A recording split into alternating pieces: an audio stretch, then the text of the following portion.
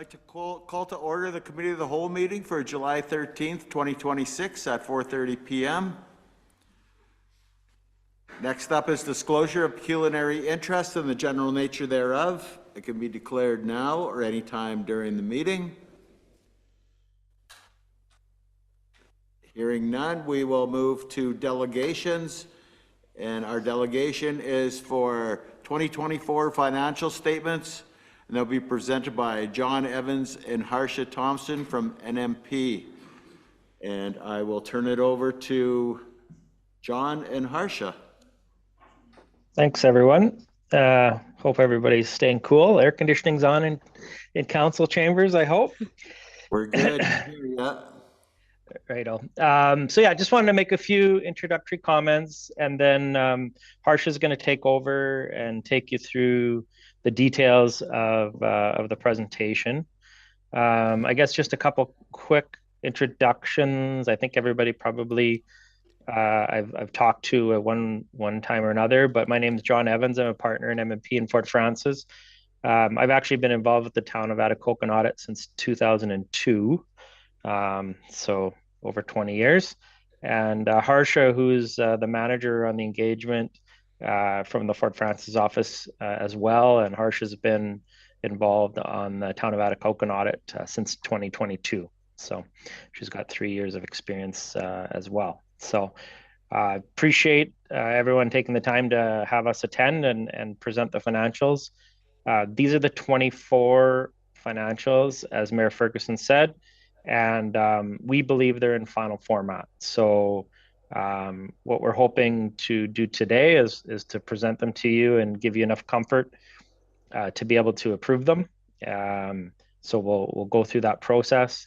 Just a reminder that our audit report will be dated today upon approval. So that'll be the day that they call it those with corporate governance approve the financial statements. So that's what we're shooting for. Couple other things, the financial information return, which is, we refer to it as the FIR, which gets sent to the ministry. We've provided that to Brandy. All the financial components of that would be completed, and she's got some additional statistical information she'll be adding before she submits it, but that's also ready to go. And the other good news is that we've got the 2025 audit scheduled for the week of August 10th. So we're almost caught up. We completed 3 years last year. This is the first of the 2 planned year ends to get done this year. And upon completing that, town of Atikokan audits will be completely up to date. So happy to be here, and feel free to ask questions as we go, but I'm gonna turn it over to Harsha unless there's any questions before we do that. No, I'll just monitor the council here. If anybody raises their hands for a question, I'll just step in and say we have a question. Perfect. Okay. All right, so I will get started on the financial statements. So a reminder that these statements include all activities of the town, including general operations, sewer and waterworks, library, Atikokan Hydro, and Enercom. Hydro and Enercom year ends are up to date. So the management responsibility for financial reporting, that is right before the table of contents. So this is a PSAS requirement. It describes the management's responsibility for the financial statements. It confirms that they've been prepared in accordance with PSAS and that the town maintains systems of internal and administrative controls to provide reasonable assurance that the financial statement is relevant, reliable, and accurate, and that assets are adequately safeguarded. Harsha, sorry to interrupt. Just for everybody has a copy of the draft financials. Is that correct? In front of them?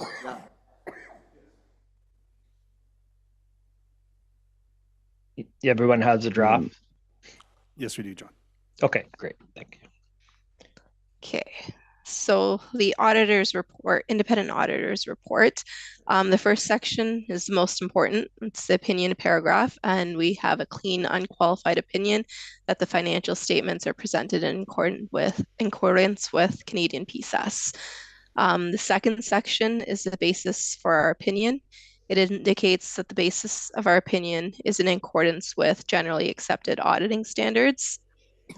The third section is management's responsibility, which further describes management's responsibility for the fair presentation of the financial statements and any internal controls necessary to ensure that the statements are fairly presented. The fourth section is the auditor's responsibility section, which describes our responsibility for following Canadian generally accepted auditing standards and obtaining enough audit evidence to express an opinion on the financial statements. So moving on to the statement of financial position on page 1. This is a snapshot of the town as at December 31st, 2024. So the statement lists the carrying value of all assets, liabilities, and net assets of the town at December 31st, 2024. So the financial assets, cash was down by $6 million from the prior year.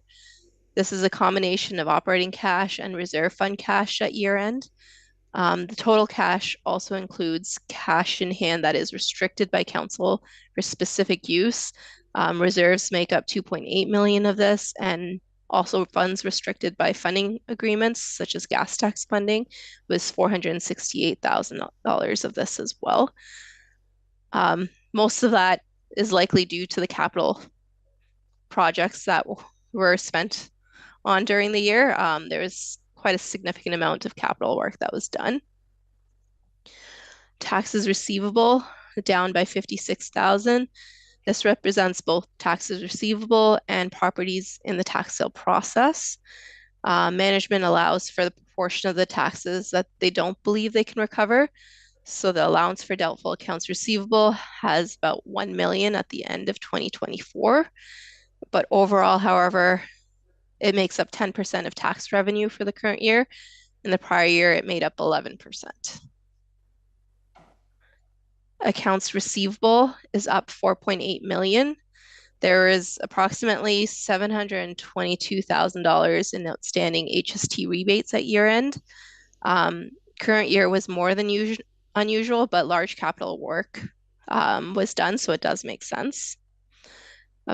Remaining amount for the receivables, mostly due from the province, which is $4.1 million, up from 2.9 last year, and most of this is current. Part of that is 1.1 million of OSIF funding that was received in May of 2025, 1.6 million of OMPF receivable, which was 1.2 million was received in October 2025. And then there was 1.3 million of ICIP rural resurfacing and ICIP green received in 2025 as well. Investment in government business enterprises. This is up 189,000. Atikokan Hydro had positive earnings in 2024 again, with a surplus of $167,640. And Atikokan Enercom had earnings of $21,795. And this is all apparent in note 2, which is on page 8. You'll be able to see that information there as well. So just a quick reiteration of what Harsha is saying. It wasn't unexpected to see a significant decrease in cash. Anytime you have a really big capital project, you're going to use money for that. And in this case, and in a normal situation, sometimes the money from the government funding that trails behind it. And that's exactly what happened, which is why the receivables were so much higher. Okay, so we'll move on to financial liabilities then. Payables were up 275,000, which includes holdbacks, trade payables, payroll accruals, and it also includes credits on municipal tax accounts of 268,000 and vacation payable of $255,000, and also includes retro pay accruals as well. Other than that, there wasn't anything significant there. Deferred revenue is down by 584,000 this year, primarily from 3 sources. gas tax funding of 468,000, provincial gas tax of 175,000, and other of 351,000, which is included in that is the OSIF funding of $332,000 as well that has been deferred.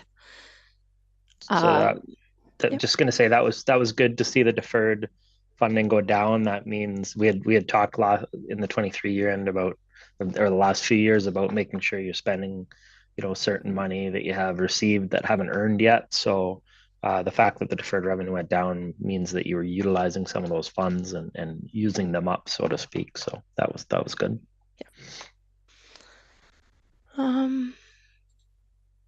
Yeah. For the gas tax funding, there was 1.1 million of gas tax funding used in 2024. So that's great. So I think you only have 23 and 24 funding left to use for the future years.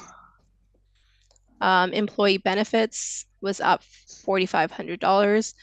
An actuary report was done by a firm called Dixon Actuarial Services. A full review was completed in 22.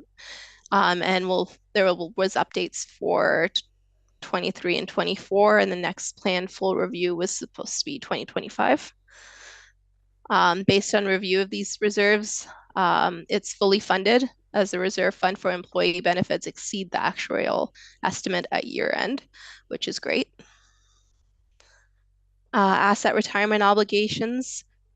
Accretion expense in 2024 was 122,000 for the landfills, fuel tanks, and asbestos. As discussed last year, note 8 on page 10 replaces the solid waste landfill closure note. Long-term debt. There was an overall decrease of $765,000. CMHC repayment of $376,000 for Main Street was included in that.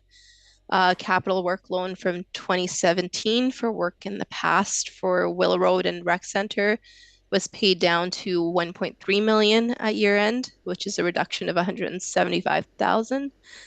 The sewage system loan from 2020 with work on the sewage plant was paid down to 1.6 million at year end, so a reduction of 175,000 there as well. Just a reminder that you need to budget for a long-term debt repayment as part of the ongoing budget process moving forward. It's anticipated that the principal due in 2025 of 757,000, 2026 of 382,000, and 2027 of 375,000. And this is all on page 11 for note 9. So the net financial assets at the end of the year are 6,847,478, which is down by 173,000. And I think, John, you wanted to talk about that. Yeah, just a quick comment on that. I think net financial assets, what that represents is, in simplest form, if you sold off everything you had as financial assets, not counting real property, but all your financial assets, and you turn them all into cash, you paid off all your liabilities, including your long-term debt, you're left with positive financial assets. So that's a good thing. That means the town's in a positive financial asset position. There certainly are townships that are in a net financial debt position, so that's positive. The fact that the net financial assets went down a little bit, that's in line with expectations, because we did a whole bunch of capital work. When we do that capital work, we're using financial assets to fund some of our own financial assets. So in a year when you're investing in capital and some of that investment is coming out of your own municipal pocket, then we're going to see a reduction in the net financial assets. But certainly no concerns, and I would say that's a positive number. Okay, so moving on to the non-financial assets, tangible capital assets. So the total of 66,932,137 is an increase of $8.6 million in additions, and net of amortization of 1.7 million. Sorry, $10 million in additions, net of amortization of 1.7 million. So the total additions to capital assets of the 10 million included 402,000 in buildings, $9 million in linear assets, which included Mercury Avenue project and the O'Brien Street water main replacement, 336,000 for vehicles, and 506,000 for storm sewers. So overall, you would have a carry forward surplus of $74 million, $62,914. What does that mean? So if you go to note 11 on page 23, we can discuss that note.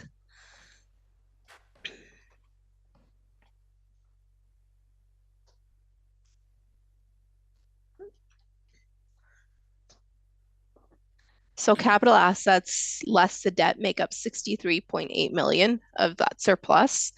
Operating surplus of 1.8 million, and then your reserve and reserve funds increased 4.5 million. This is earmarked surplus for future expenditures. So that's what's included in the 74 million, and it includes that government business enterprises amount as well of 5.2 million.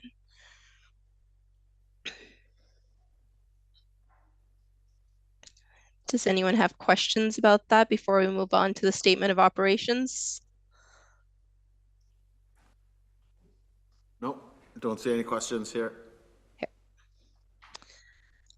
So for revenue, taxation was up $312,000.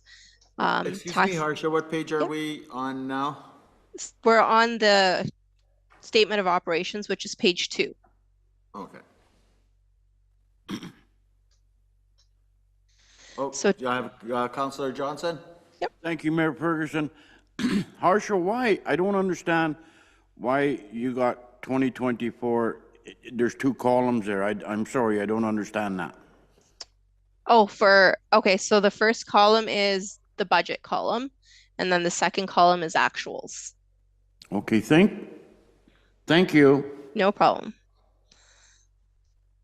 So revenue, taxation was up $312,000. The tax assessment increases, still really large portion of taxes from pills, which make up 4.1 million in 2024, which is 43% of tax revenue.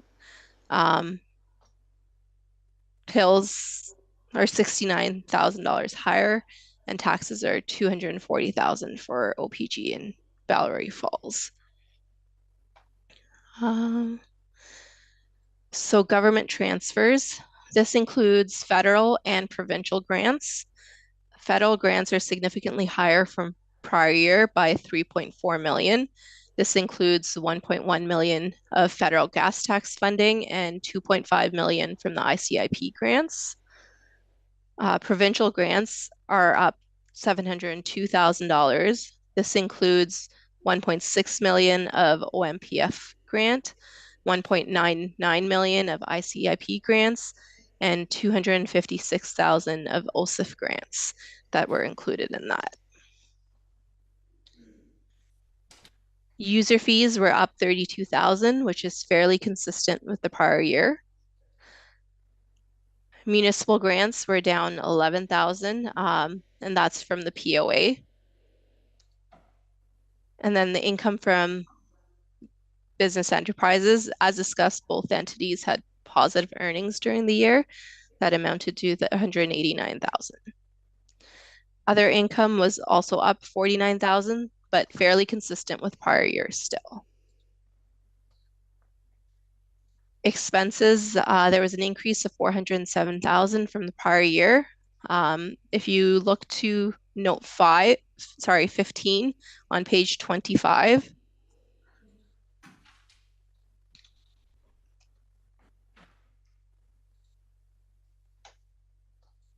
you'll see that the breakdown of what's included in those expenses. So salaries and wages increased. by quite a bit. Materials fairly consistent. Contracted services were slightly lower, but everything else is fairly consistent with the prior year. So the current year surplus, you have of $8,442,218. And I think that is it. Is there anything else you wanted to include, John? I guess we'll just start by see if there's any questions, I guess. Yep.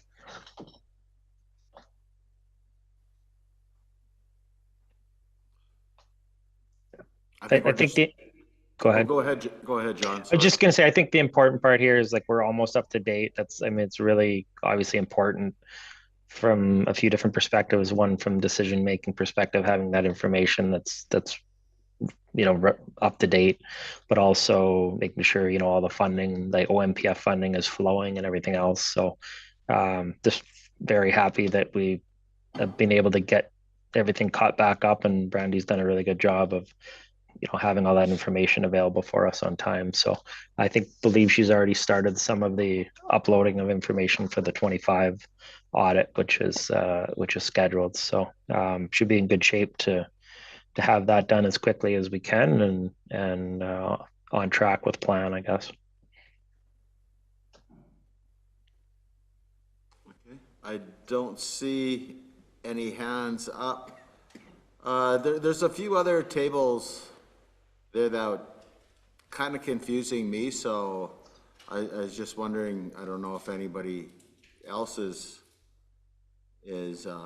confused by some of these things, but just like the financial position of the town from 2023, end of 2023 to end of 2024, like I know we have more cash available. What would be our financial position? There's a lot of things here, so just if you kind of Sure. give me So and I don't know if you can give me the Coles notes on this, John, but if you could. Yeah, I would say if you look at page 1, which is the consolidated statement of financial position. So that's, to me, the best way to look at this is to break it into 2 chunks. The first 3/4 of the page, you have your assets, your liabilities, and your net financial assets. So your net financial assets, that's what I was talking about a minute ago, is like if I had to sell everything off that I could turn into cash quickly, not counting buildings and vehicles and stuff, but financial assets, and I paid off my liabilities. At the end of 23, you would have had $7,021,000, and at the end of 24, you got $6,847,000. So it's down just slightly. So you've used some of your assets to put it into brick and mortar, linear assets, whatever. So, but still, really no significant change, and I would say a strong liquid cash position, which is good. The second or the last third of the page is the non-financial assets. And you can see at the end of 23, the total non-financial assets was approximately 58 million, whereas the non-financial assets at the end of 24 is 67 million. So you've made a significant investment in infrastructure in the town. So you can see that you've maintained your liquidity assets for the most part, your net financial assets, and you've made a significant increase in your infrastructure in the town. So I'd say both of those things are positive. Okay, thank you. Does that help? Yeah. Yeah, that helps, yeah. Okay. Any other questions from council? Okay. Oh, yes, Councillor Johnson. Because this is pretty much confusing to me, I'll just ask you straight out. Yep. Are we healthy? Yes, I would say you're healthy. Yeah. Yes. Okay. So again, back to my previous comment, if you had to, in an immediate liquidity type event, you've got more financial assets than you have financial liabilities. So you're in a good liquidity situation from a cash perspective at the end of 24. So from a current perspective, you're very good. The longer term answer to that is, what's your asset plan look like? What further infrastructure do we need to replace moving forward? That's part of your greater long term capital asset plan, right? But certainly from a day to day, am I in a comfortable situation? I would say absolutely. Yeah. The one risk Atikokan has is that you're heavily reliant upon your OPG and Valerie Falls taxation revenue. That makes up a significant portion of your revenue. So in the event that something in either of those cases were to change, that would have a significant impact on the community's funding moving forward. But at this point, as it sits, I think you're in a good spot. Thank you. Seeing no other hands, I think that's it, John, and Okay. our show, and we appreciate it, and look forward to sending that on, and we can sign it and approve it. Okay, thanks everyone. Appreciate you having us. We'll see you soon for 25. Brandy has all the documentation, or will have it shortly, for what we need approved for signatures and everything. There's the FIR, she'll have the file. There's a management letter that we issue. There's nothing in there that I really need to bring to your attention. It's basically a reminder that there's some funding at the end of 24 that's available to be spent. So nothing that we haven't already addressed. And there's just basically some repetitive information on our audit findings, which we've already covered today, and sets of the financial statements and everything else. So should be in good shape to finish up today, and really appreciate everyone's time. Great, and we appreciate the work that MMP has done to catch up, and Brandy and her department has done to catch up. So putting us in good shape and being caught up by the end of 2025 is very significant to do 5 in 1 year. So want to thank everybody involved in that. Excellent. Okay, thanks everyone. Have a great night. Thanks everyone. Have a good night. Thank you. Thanks, everyone. You're welcome to stay if you want and listen, but I'll understand if you don't. I've attended many municipal meetings, and they are entertaining, but I have to go. Thank you. Bye. Bye-bye. Enjoy the day and stay hydrated. You bet. Cheers. Okay, bye. Okay, we'll move on to Committee of the Whole reports, Administration and Employee Relations, splash pad and public washroom projects, status and next steps. CAO Young. Okay, so when we last spoke, the RFP was out, and unfortunately, we only had one company submit a proposal, and even more unfortunate was the total price. So the information is in the report there. I guess really the conversation today is looking to council to say, what next? What would you like to see? Where would you like to kind of go from here? So happy to ask or answer any questions. Yes, Councillor Knowles. Thank you, Mayor Ferguson. Jason, by all accounts, based on this information, is it safe to say this project will not occur this year? I mean, yeah, there's a couple hurdles that we have to overcome. Obviously, one, we're still waiting on the final grant approval from NOHFC. So obviously, without the money, nothing moves forward. Second to that, yeah, it depends on how much discussion we can have with the proposed submitter and see if we can amend the project as such to get it down to a workable amount. Unfortunately, because we did go back to them and had some conversations, and I always use the analogy that a liter of gasoline certainly costs more today than it did 3 years ago, or a loaf of bread. And I think we're kind of in that situation where Fort Francis, a handful of years ago, we're able to complete a really nice project for substantially less than this. I don't know if it's that. I don't know if the other companies are just not interested in coming to Atikokan to build this, but I'm not quite confident that we can get it down to an amount that is feasible and yet still resembles something to what the original envision is. Having said that, I don't want to say yes or no to you. I mean, if everything fell in place and we could make it happen, maybe. But certainly, would we break ground this year? I'd like to, but I don't know. Having said that, if we can do some good work over the fall and the winter, there's nothing to say that we couldn't be ready to go as soon as the frost is out of the ground, and then have a project, possibly completed later next year. That would kind of be the goal. But again, kind of looking to council for direction and comments. Sorry, is it possible to ask a follow-up as well? Thank you. I noted in here that there's a reduced scope, and I assume that reduced scope would be the footprint of the splash pad. So have RJ Concrete indicated what that reduced footprint would be in relation? I didn't see it in here. Yeah, so again, I think when we had originally came to council, we had thoughts of kind of a phase 1 and phase 2 where we talked about lighting and benches and all these kind of nice add-ons.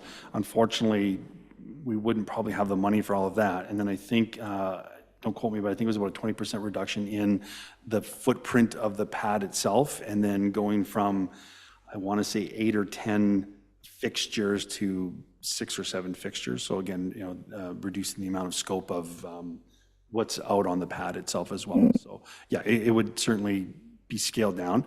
It would still be very nice, don't get me wrong, but it wouldn't quite be maybe as grand as originally thought. Thank you. Thank you, Mayor Ferguson.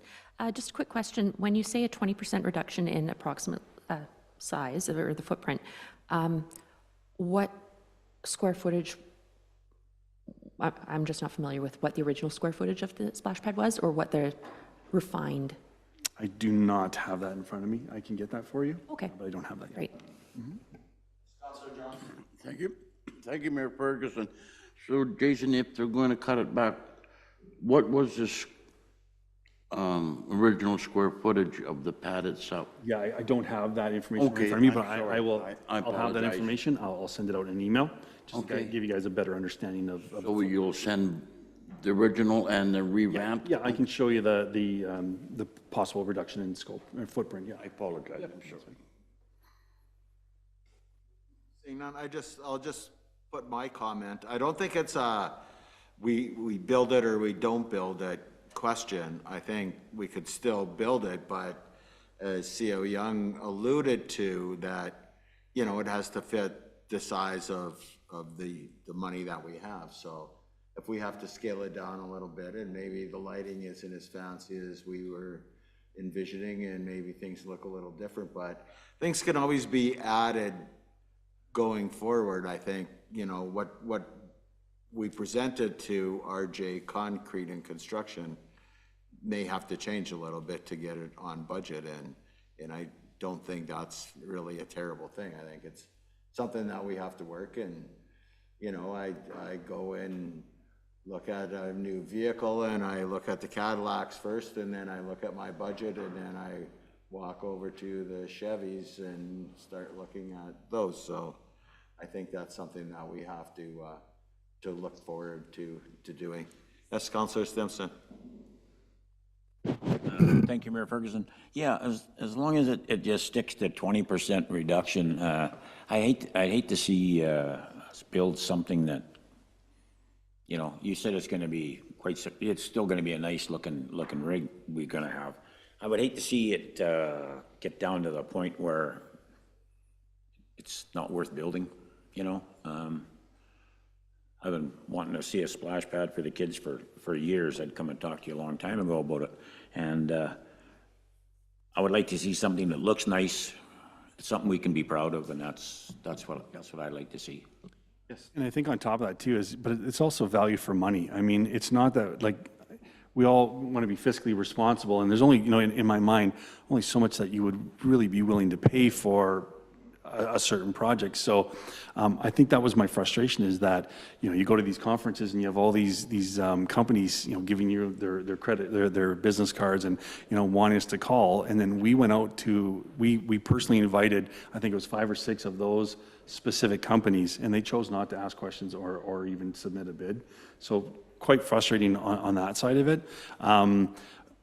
But yeah, to your point, I agree with you. I think that we still want to have something that we're going to be proud of and happy with. But like you said, you just don't want to have to throw every dollar you have at it just to have it. So we will, as I'm hearing, what we'll do is we'll continue these conversations with this particular contractor. We will await the decision on the NOHFC in regards to funding, because obviously without that, I mean, we're dead in the water. Yeah. The reason, like, I know that Rainy River's got a splash pad, and I think Amos's got a splash pad. Is the reason that they have no trouble building a splash pad is because, like, they got a smaller tax base, but they don't have much infrastructure as we do to look after. But I'm just wondering, why is it that we are having trouble building a certain size splash pad when Rainy River can do it? Yeah, no, it's a good question. From what I was told, I'll backtrack a bit too. The other comment that the contractor made for a possible reduction in the cost is to have us provide all the services. So the original proposal was that they included all the infrastructure right up to the main hookup. And what they were saying is, well, if we can do a lot of that, then we might be able to reduce the scope of that. The problem is, and Tyler's joining us virtually, but that's not necessarily our wheelhouse. We don't build roads and infrastructure in that, and there's obviously a cost of our own people doing that as well. But again, we'll examine all those opportunities to see where we could find those savings. Thank you. Maybe when the Progress writes this up very nicely, maybe we'll have some other people step forward and some contractors or something, and maybe they can be interested in helping us out to make this come to fruition as well. That's Councillor Lyons. Thank you, Mayor Ferguson. Looking further at our agenda, I'm wondering, is there an opportunity to piggyback on the Bill Communities Strong Fund if this project would be eligible for any of that funding? Possibly. I don't know that if you're allowed to stack within the province, so NOHFC and I mean, that's federal, so quite possibly, yeah. Okay. Yeah. Sometimes and this is Councillor Lyons, from what I've learned on this, is sometimes when you start stacking grants, the NOHFC might reduce their amount. So if they see you're getting money from another grant, they might reduce theirs from 66% to 50%, which basically eats up the extra that you got. So, but administration is working at this, and you know, we're not leaving any stone unturned on this, on how we can make it. But I don't think we just go and pay whatever the person asks for. I think we work at it, and we be prudent with our money, and give something that people are going to be happy for. But sometimes it takes a little bit longer to get the right thing. Councillor Knowles. Thank you, Mayor Ferguson. I'm all in favor of option one. Is the plan to resubmit a request for proposals for this project once that's moved ahead, or is the one that we received prior, is that the company that we're moving forward with? I'm just trying to figure out what kind of the game plan is here. Yeah, so, I mean, we do have the option now of negotiating directly with RJ Contract and Construction.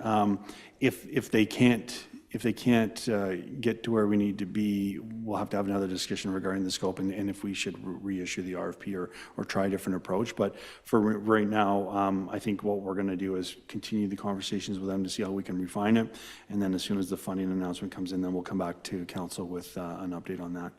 The other thing I should mention as well, too, is that we had discussed the public washrooms in our last meeting. We are moving forward with the purchase of a portable sort of semi-permanent public washroom on the Main Street property. We've done some investigations in regards to hookup in that. So we are still moving forward on that portion of it. And it would still be considered an eligible expense if we do get the NOHFC funding. So just to give you an update on that, we are still moving forward on that portion of the project. Okay, great. Thank you. Thank you for that, Jason. And we'll move on, seeing no more hands, we'll move on to validation certificate. So a bit of an unusual one. I think we've only done one of these before many, many years ago. In essence, what happens is if it's a Planning Act violation, so when you buy a piece of property, there are certain rules in regards to the Planning Act. And in this particular one, a person owned 2 adjoining properties. They sold one, kind of a lot plus a half of a lot. And in retrospect, because of the changes to the Planning Act, they should have been required to do a consent application. And there's a process to go through all of that. They didn't. Why it wasn't caught, we don't know. But so the person owns a property, this person owns this property. The person with the original property is moving forward to sell their property, but they can't because on title there's a Planning Act violation. So the violation requires a certificate of validation to basically correct a historical wrong. Means nothing in regards to who owns what or anything to do with that. But as the planning authority, the municipality has to approve a validation certificate. Then the lawyers can basically take that certificate to the land titles, which will proceed with the sale of the property. So again, pretty odd, doesn't happen a lot, but this one is from a sale that went back in 2014, I believe it was. So we're just assisting them with that. There's an application they fill out, there's a fee structure that they would pay, and then once we approve the validation certificate, Clerk Bates will send them off to the lawyers, and they will be able to finish their sale of property. At no cost to the town? Correct, yep. I think we can proceed with that. Council would recommend proceed with that. That'll go to the council meeting today then, yeah. Odds yes. Thank you. Okay, we'll move forward to finance. Nord's funding. Brandy, is this you or Jason? He's been talking all the time. You go ahead. I'm short and sweet. I think the notice of the Nord's funding being extended has already been to council, but it has now been declared permanent. So each year we have to apply for the projects we plan to do. So in the previous time, we had originally applied for Bunnell Park and it was approved, but then we ended up transferring it to the Mercury Culvert and used it all there. So now we are just looking for direction on what projects we want to apply for, and the 2 management is bringing to council is Bunnell Park again, or O'Brien Street Roadworks from Lone Pine Market towards Charleston. This would be, so this is 105,000, which obviously doesn't do either one. So this would be the direction that we go to. So you can keep it over time. So my guess would be for probably both of the projects, we would keep it for several years. Right, but we have to identify that to the ministry. Yes, what we're going to spend it on. Any comments, questions on those 2 opportunities? Yes, Councillor Knowles. Thank you, Mayor Ferguson. If I had a choice, I would pick the roadworks. I'm all for the Bunnell Park upgrades, but I'd also like to see a long-term asset inventory done on some of our municipally owned assets like Bunnell Park, and just understanding what the long-term goal is in the development of that before we put money into it, just understanding what we want that to be. I know that there's been a lot of discussion over the years about selling it or enlarging it, so I've seen, discussion on both ends of that spectrum to just figure out before we spend money on that what we want that to be. So that's my opinion. Thank you. Councillor Lyons was up next. Go ahead, Councillor. Mayor Ferguson, I just wanted to say I concur with the statements made by Councillor Knowles. And for Brandy, do we have an idea of what our average annual revenue from Bunnell Park is, roughly, or CAO Young? We normally lose money every year. Okay. It's a service we're providing because there are no places to stay. Ideally, we would not own a campground. That's not a municipal function, but we have to. So, but with all the construction for the last few years, we've actually made a little bit of money. Off the top of my head, I would say maybe $10,000. Okay. I Thank you. haven't really looked lately. Councillor Stepson. Thank you, Mayor Ferguson. I can remember Brandy saying years and years ago that we shouldn't be in the campground business because we're taking away business from people who do it. But the way I look at it, if we're going to do something, we should do it good. If we don't do it good, we gotta stop doing it. I had relatives in on the weekend there. There are about 3 of them out there camping, and they said it's just about impossible to level your trailer on there. They said they said a few good truckloads of gravel and that in there. So if we are gonna think of doing Bunnell Park, let's do it upright and get it nice and level, the camping spots, so that something we can be proud of. If not, the way I look at it, if you can't do something good, don't do it at all, and get rid of it. I know it's nice to have a campground in town, but maybe somebody will buy it and run it themselves, but we actually need the road work ahead of Bunnell Park, I think, but I don't know. Sure, to follow up on that. We can certainly do repairs to Bunnell. It doesn't have to be a specific project with Nord's funding. It can be through the budgeted process. So again, we're in the process of hiring a new manager of community services. So we can look at, when we do the budget for 2027, we can look at, what projects need to be done right away. And I know we need to reshingle the bathroom building, loads of gravel, some road work. We could probably fund that even just through the budget process. When you look at the options here, and Tyler and I had some good discussions regarding O'Brien, and if you remember originally with the application for ISIP is we wanted to go right to the bottom of the hill, because obviously that stretch really needs to be done. And that goes back to the original discussion about why we filled out the ISIP grant and what we wanted, and that was that nice clear transport to the airport and back. So we would certainly really like to find additional monies to finish that project and to have that bit gone. And then we just figured that, if we had 3 years or 4 years of Nord's funding, that might, assist us with finding a larger fund to help. I don't know if Tyler, I see Tyler online, or maybe Jason could answer, would this be like something we're doing on Burns and Gorey this year, or would this be something where we have to do the water lines and it turns into a multi-million-dollar project as opposed to $1 million project? Tyler, do you know? Give us Yeah, some I can jump information in on that? here for sure. Am I coming through for you guys? Yeah. You're good. Okay, yeah. I mean, there's a little bit of work that we would want to do to the sanitary sewer system. It looks like there's maybe a couple, I'll say, interesting fixes over the years. So we'd want to look at trying to redo those, but by and large, we wouldn't be looking at a full rebuild.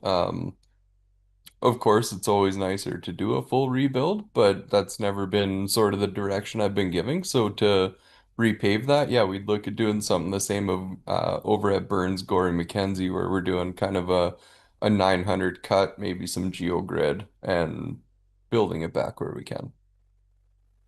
Okay. Thank you. That's Councillor Simpson. Thank you, Mayor Ferguson. I haven't been up at that end for a long time. I guess it goes usually as far as Warren's, or not Warren's, Lone Pine. And I certainly think that the stretch from the high school to O'Brien Street warrants being rebuilt before that. I really do. That is a brutal chunk of road, and I think we're doing a disservice to the town. They got a barricade now saying that Mackenzie's closed. I seen guys coming into town with trailers going down by the high school because the barricade says it's closed and it's only one lane. So they think that they're tourists. They think they have to go down that way. So they're traveling down that road, and it's brutal. I think that it deserves being done before the end of O'Brien. Mind you, I don't live up there. Fergie, you live up there. Maybe it is terrible going up to the bottom of the hill. I don't know. I'll just respond. The certain area that you're looking at, we are looking at doing some work on that. So that's a smaller project versus like a large rehabilitation for O'Brien. But I know that the area you're talking about, there's I think some storm or some sanding work that has to be done in there. So I have spoke to Tyler. He's informed me that that's in the planning stages already. That'll be Oh, okay, great. It'll be brought through in the future budget. So no, we go back to that stretch of O'Brien just because that was the original intent with the ISIP grant and the discussions that were had by council at the time. Is that the grant that has to be continuous? Paving? Yes. Oh, so I guess that'd be the. That was why we the other one originally wanted anyways. that area done. Yeah. Yeah, okay. Thank you. I just know that stretch, sorry, Councillor Johnson, I just, my opinion in, for the ambulances and the people traveling, you know, it's a nice road, but once you make that corner, it's a total different world. I forgot about that. Yeah. Yeah. Go ahead, Councillor, sorry. Thank you, Mayor Ferguson. Yeah, there's 3 or 4 spots around town. I've often thought of a main route around town. And in that route, there's 4 or 5 spots that should be fixed up in order to make that all smooth. What really,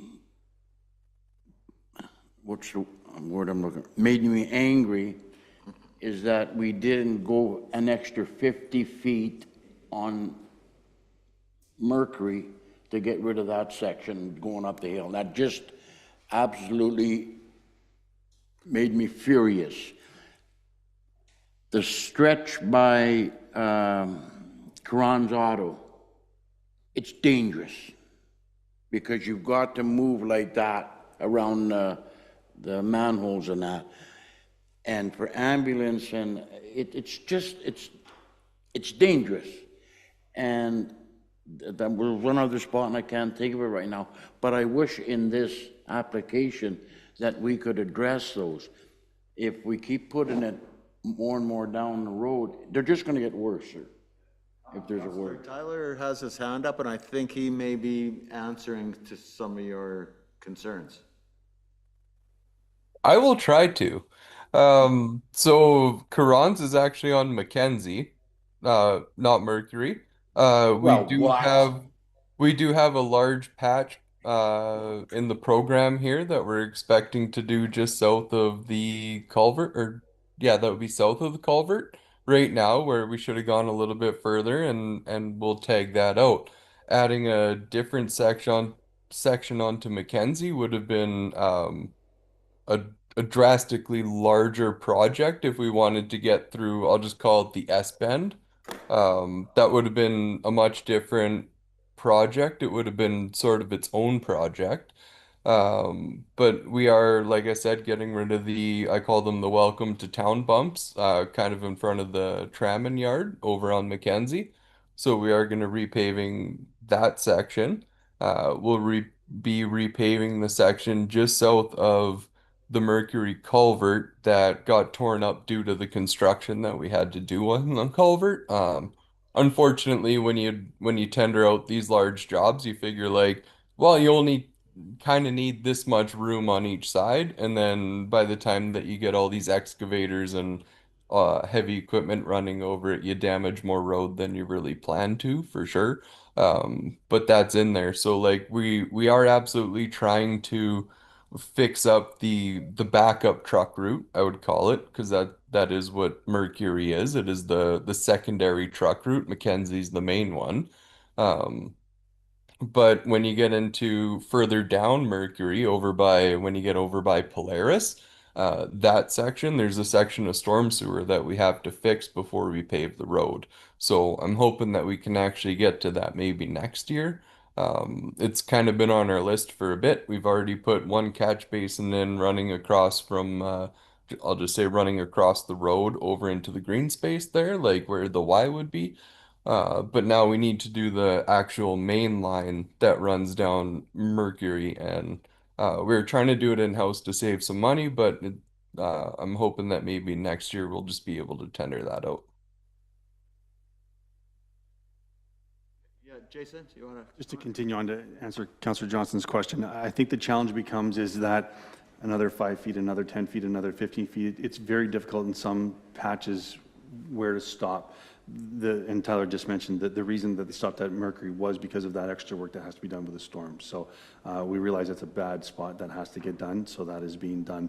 I think more broadly to your point, I think that we've shown in the last couple of years, if we can get a paver here, we're trying to do larger patchwork. So instead of concentrating on one street, spending big money on that one street, we're going to try and see if annually we can get into a program where we are hitting just like those smaller spots, right? And there's been lots of discussion regarding if there's equipment that we can buy or if there's a different approach that we can take to try and hit those really, really bad spots versus saying, okay, we're going to focus on this street, we're going to do this whole street. So I think once all the patchwork gets done this year, we'll come again next year with a large list through the budget process and get a bunch done. I think you're going to see those problem areas start to get fixed up.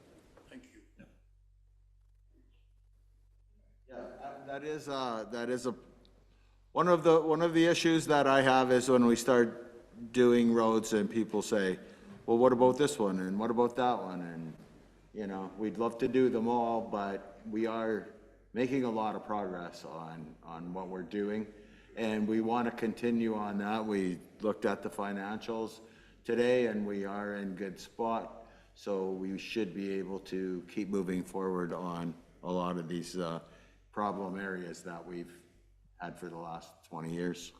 Councillor Knowles. Thank you, Mayor Ferguson. As we do more and more large-scale project work, are there provisions set up for these large vehicles to drive on certain routes? It seems, maybe this is just anecdotal, that the more these roads get driven on by large dump trucks and heavy equipment, that it does decrease the life of the road or decrease the quality of the existing road. So as we're going and paving streets, and then we get another big project in town, are we having specific routes where these aren't going to just cause us to circle back around again in 5 years and repair this road work because it's been torn up, say, as a new school was built or a bridge was repaired or whatever it is? That's what kept me up one night after I read this was we just get O'Brien done and then we're going to do the other section of O'Brien and we're going to be driving. That's why I asked, is it a big project or is it, you know, I just hate to see us damage O'Brien doing that last stretch of O'Brien. But Tyler is the road expert. I would let him answer that question. go ahead, Tyler. Happy to hop in anytime. I'll lower my hand now. So yes, obviously the more ideal situation is doing a full rebuild on these. That just costs significantly more money, and I've always been given the direction that we want to repave the roads. We don't want to worry about the infrastructure, so I'm trying to find a happy medium here of fixing as much as I can before we repave them so that we aren't digging up the next year after a water break happens. Gory's a good example in that we're planning on repaving it in a month, and we just had a water break there today. So, sorry, I should say Friday. That's when we were digging it, but it's a great example of where, you know, it'd be a lot easier if we just went and rebuilt the whole thing, but nobody wants to do that, right? So we're trying to find a happy medium. Okay. So getting back to the question that was proposed by administration, do we do the Nords planning? Do we alert the government to our Nords funding for Bunnell Park or O'Brien? And I think the consensus was for O'Brien.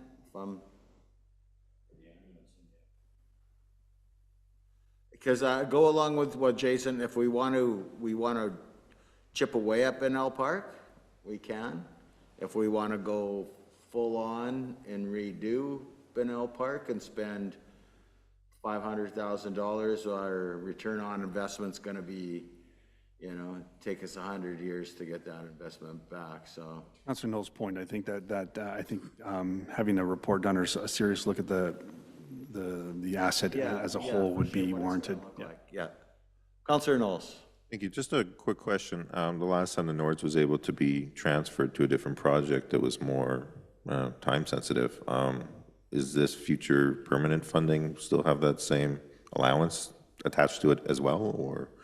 We don't have the program details yet, so I'm just assuming so far that, because they haven't said otherwise, that it's going to be pretty much the same. Okay. So I expect it to, but again, we don't have the, If we had to pivot, we would be. So the goal, yeah, so the goal would be I to say we're believe going to do this, but if something Okay. happens, okay. Thank you. Okay. Great, thank you. We'll go to Public Works, sewage disposal permission. Oh, financials. Oh, we're financials. I forgot we had so much financials. Okay. Brandy again.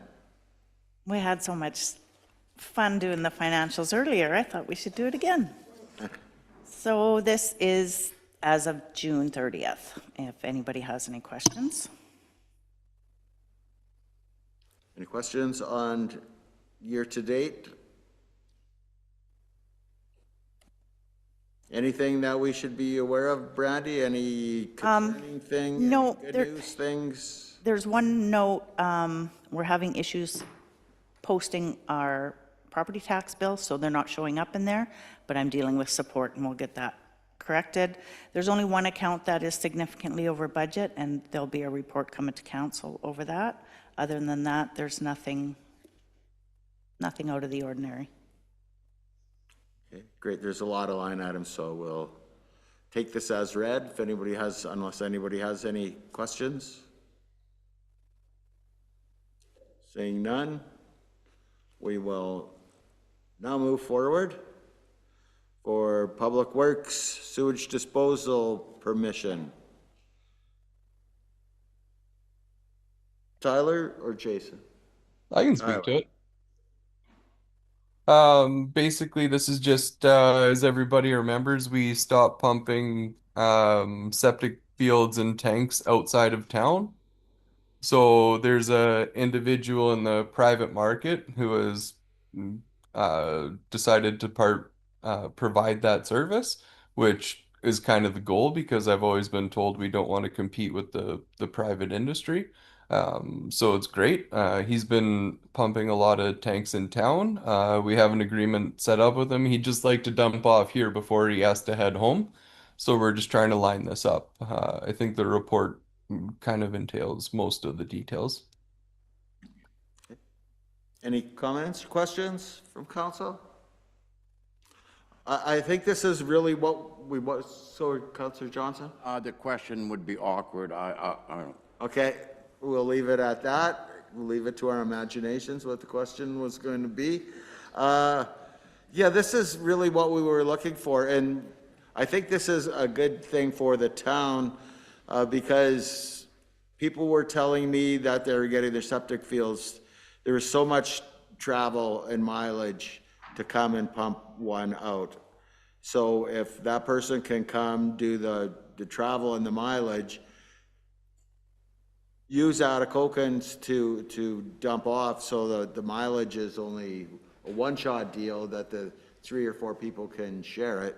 Yes. And then it makes it more economical for them, and it's something that we really don't want to do, and somebody can make a living or have a business doing this. I think it's a win-win all around for the people that have the septic fields and the town and this company that's doing it. So I think we're all in favor of this. Seeing no questions, we'll move on to sewage treatment plant repairs. Tyler again. Yes, sir. So again, I think the report kind of has all the general nature of the project written into it. It's great to see that we're going to be working with a local contractor this time instead of having to see somebody come in from out of town. That's always pretty cool.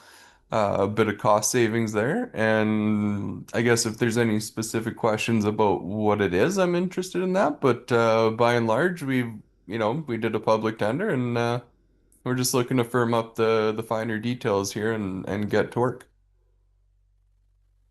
Any comments? Counselor Stimson? Thank you, Mayor Ferguson. I see it's a significant difference. Would that be just the fact that they're a local company would save us $100,000?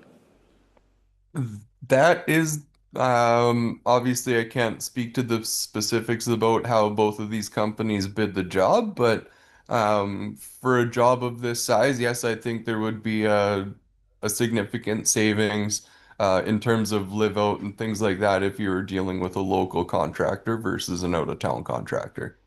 And the local contractor is qualified to do this kind of job like they've done it before? They have done a lot of work at that plant. Okay. But both of the contractors who submitted have done a lot of work at the plant, so I would be very comfortable with either of them. Okay, great. Thank you, sir. Okay, seeing nothing else, I just have a question. There was $500,000 was approved.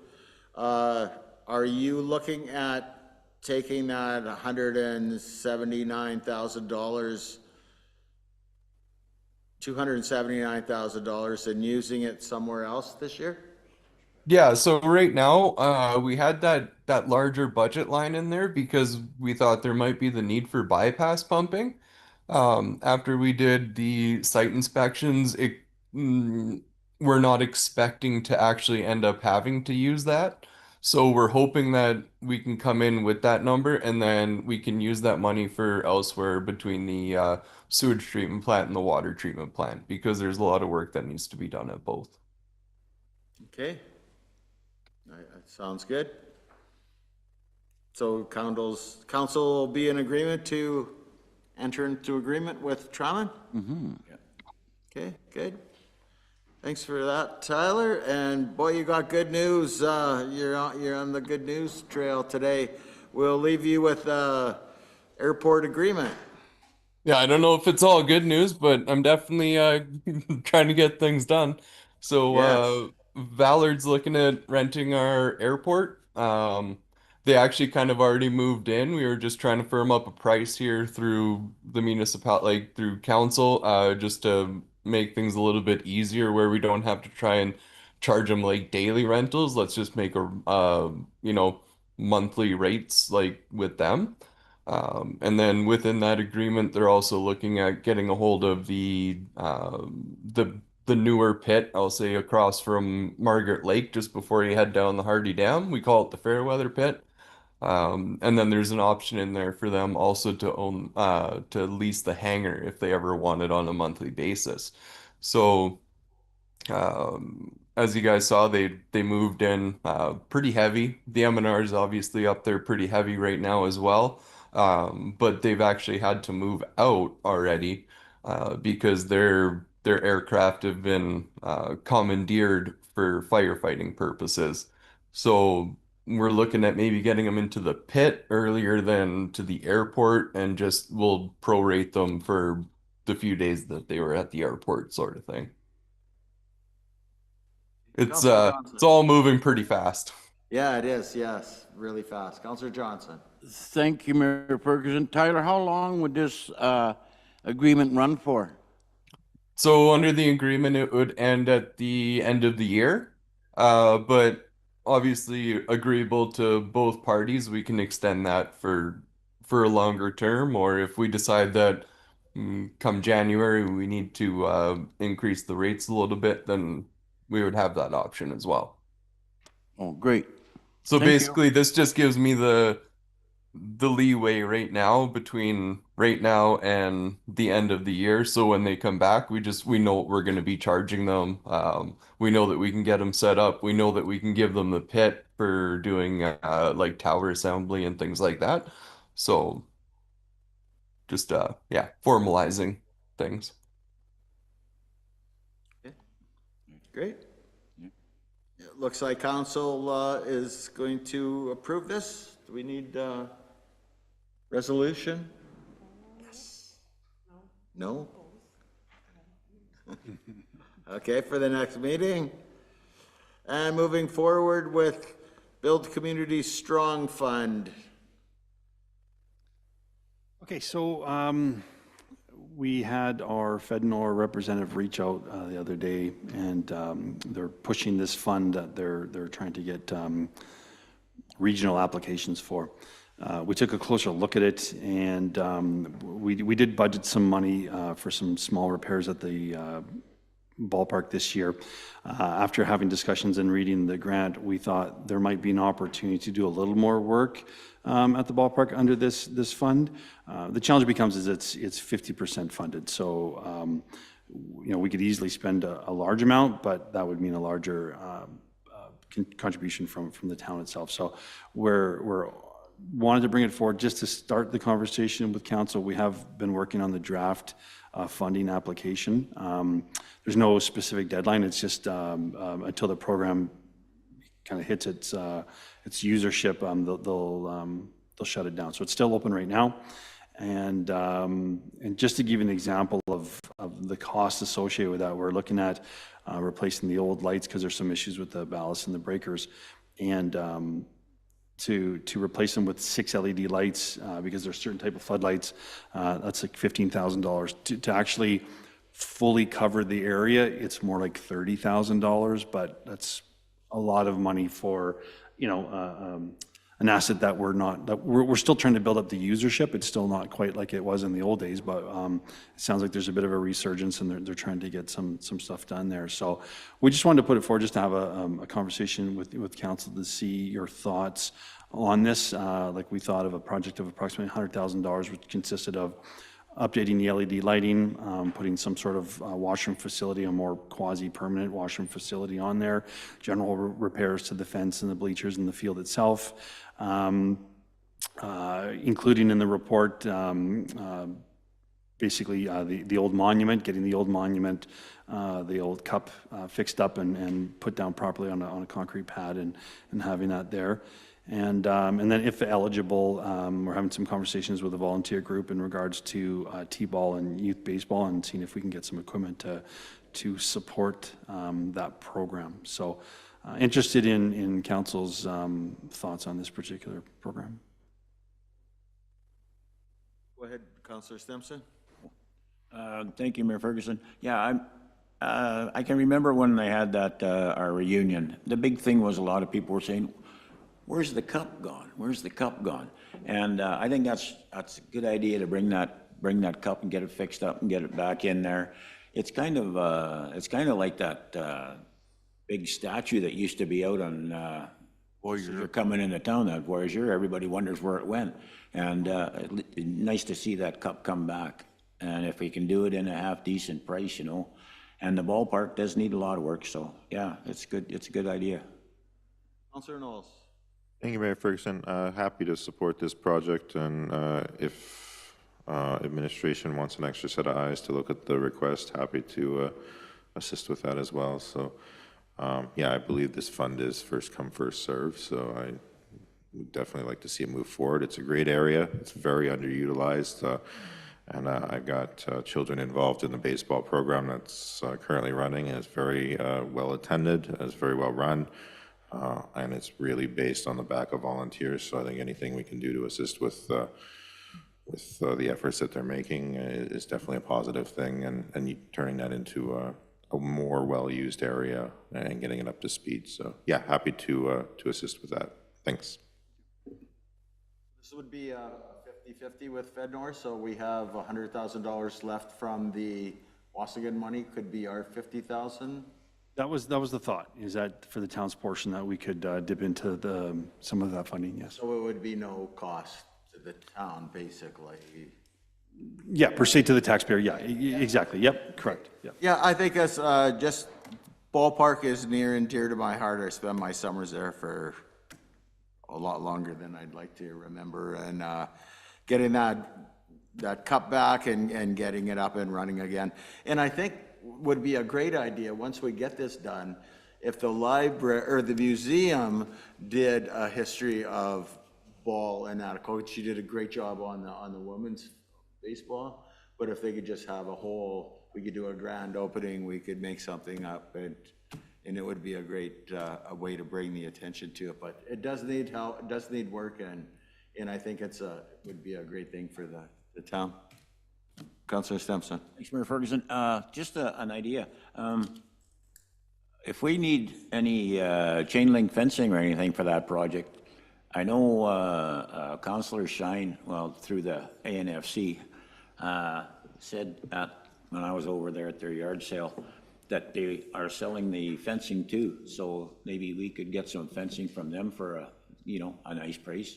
Maybe. And a nice black, I see CAO Young smiling, so I think maybe he's already had this in the works. Okay. Councillor Johnson, did you have one more thing to say? Sorry. Thank you, Mayor Ferguson. I just want to commend the administration for moving ahead with helping in our recreation. I know recreation is, it costs money, but I really am happy to see the efforts put forward, the splash pad, the kids bike thing, and the ballpark. Like Mayor Ferguson, lots of memories there, and it's nice to see it's going to be revitalized. Kudos to you. Thank you very much. Okay, so do we need anything else on that? No, that was the direction we needed, so we'll move forward on the application, and then hopefully we'll be coming back with some positive news from FedNor. Okay, great. Perfect. Okay, so that is our agenda. We will be moving in camera. Let me get this right before the end of my term. Moved by Councillor Knowles, seconded by Councillor Stimson. Resolve that council proceed in camera in order to address a matter pertaining to personal matters about an identifiable individual, including municipal or local board employees. In favor of going in camera? Carried.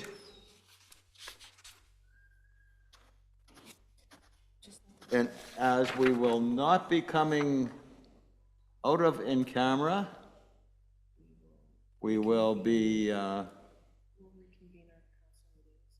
we will reconvene our council meeting after. So please stay tuned. Okay, thank you. And we are officially in camera.